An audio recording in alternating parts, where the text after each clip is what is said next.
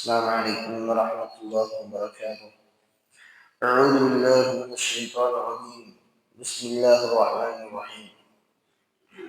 الذين آتيناهم الكتاب يعرفونه كما يعرفون أبناءهم. அந்த வேதக்காரர்கள் அவர்களுடைய நிலைமை அவர்கள் எப்படிப்பட்டவர்கள் என்றால் يعرفونه كما يعرفون أبناءهم. அவர்கள் தங்களது நபியை விளங்கி வைத்திருக்கிறார்கள். எந்த அளவிற்கு நபி ஸல்லல்லாஹு அலைஹி வஸல்லத்தை விளங்கி இருக்கிறாங்கன்னா, தங்களது பிள்ளைகளை எவ்வாறு விளங்கி இருக்கிறார்களோ அது போன்று நபியை அவர்கள் விளங்கி இருக்கிறார்கள். நபி ஸல்லல்லாஹு அலைஹி வஸல்லம் யாருன்னு தெரியும்.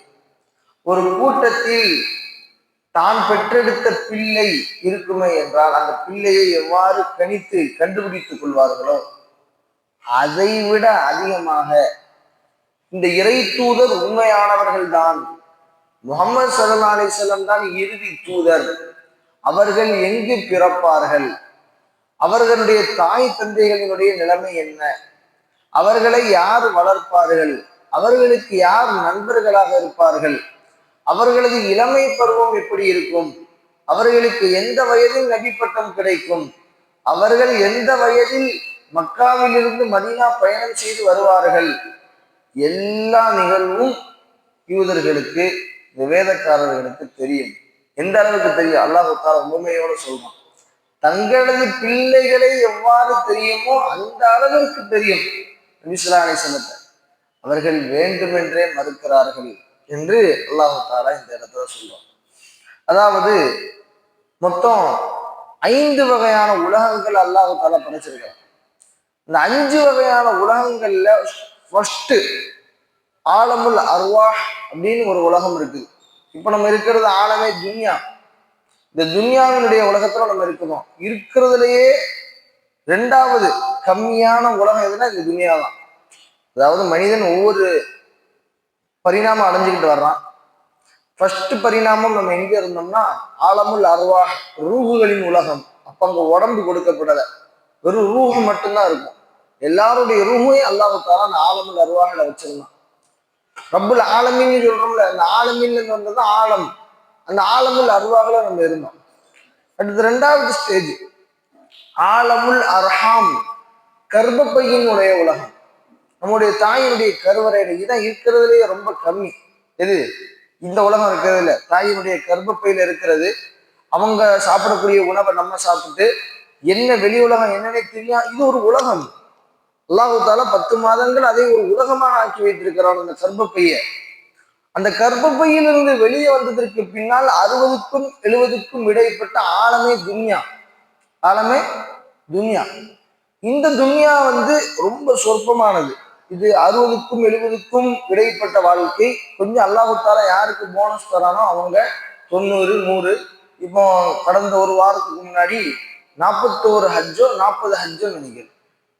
141 வயது சவுதி அரேபியாவை சேர்ந்த ஒருவர். அல்லாஹ் தஆலா கொடுக்கக்கூடிய போனஸ் அது. அல்லாஹ் தஆலா கொடுக்கக்கூடிய போனஸ். இதே மாதிரி ஒவ்வொரு உம்மத்தினருக்கும் வயது கூட கொடுக்கப்பட்டு இப்ப நமது உம்மத்தினுடைய நிலைமை 60க்கும் 70க்கும் இடைப்பட்டது. இது ஆலமே துன்யா. இதுக்கு அடுத்து ஒரு உலகம் இருக்கு, ஆலமே பர்சக்.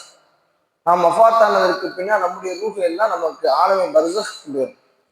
நபி ஸல்லல்லாஹு அலைஹி வஸல்லம் ஆலமே பர்சக்ல இந்த கபரினுடைய இந்த வாழ்க்கை இருக்குது.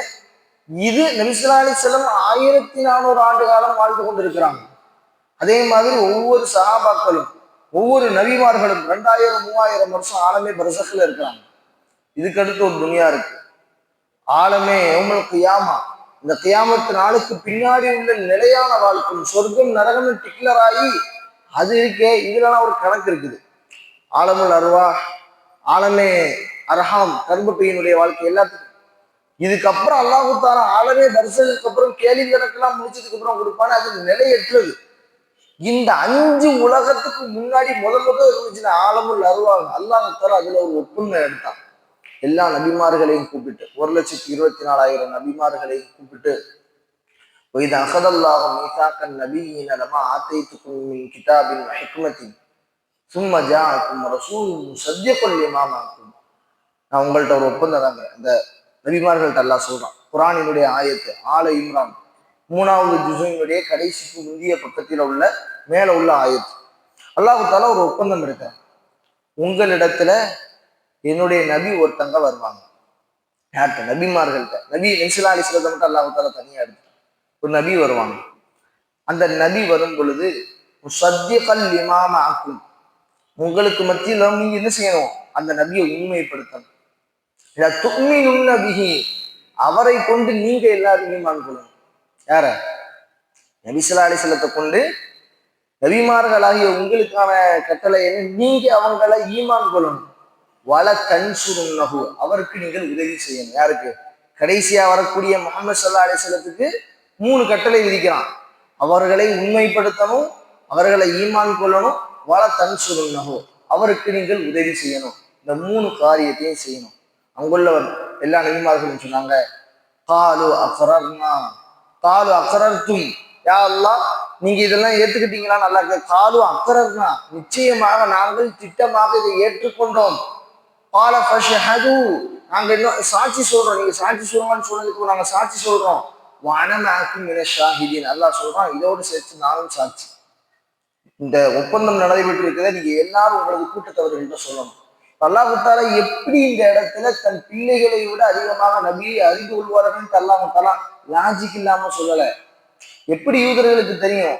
ஒவ்வொரு நபிமார்களும் தங்களது வேதத்துல இந்த மாதிரி முகம்மதுன்னு ஒருத்தங்க வருவாங்க. தௌராத்துல இருக்குது. முகம்மதுக்கு அகமதுன்னு பேரோட இருக்குது. அகமதுன்னு ஒரு நபி வருவாங்க. அவங்கள நீங்க மனப்பூர்வமா ஈமான் கொள்ளணும்.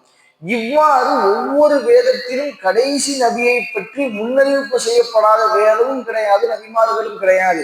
அவர்கள் வேண்டுமென்றே மறுக்கிறார்கள். இவர்கள் மட்டுமல்ல, மக்கத்து குறைஷிகளும் சரி. இரவு நேரம் வந்துட்டா நபி ஸல்லல்லாஹு அலைஹி வஸல்லம் உட்கார்ந்து குர்ஆன் ஓதுவாங்க. குர்ஆன் ஓதிட்டு அவங்களுடைய இனிமையான குரல், உலகத்திலேயே நபியை விட இந்த குர்ஆனை தங்களது குரலால் சந்தைப்படுத்தக்கூடியவர்கள் வேறு யாரும் இருக்க முடியும்?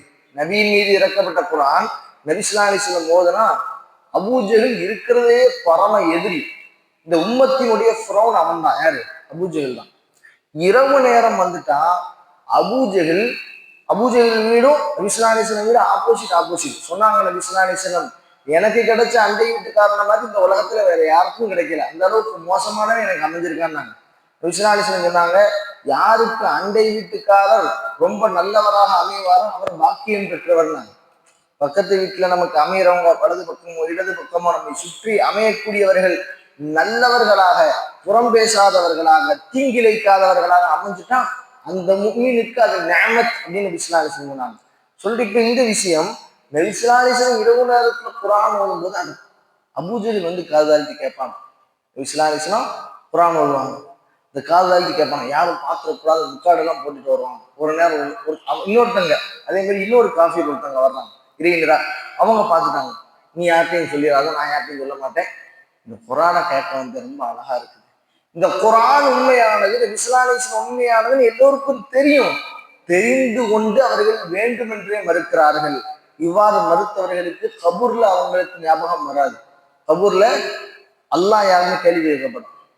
ரப்புக்க, உங்களுடைய ரப்பு யாரு, அம்மா தீனுக்க, உங்களுடைய தீன் என்ன, எல்லாம் கேட்கப்படும்.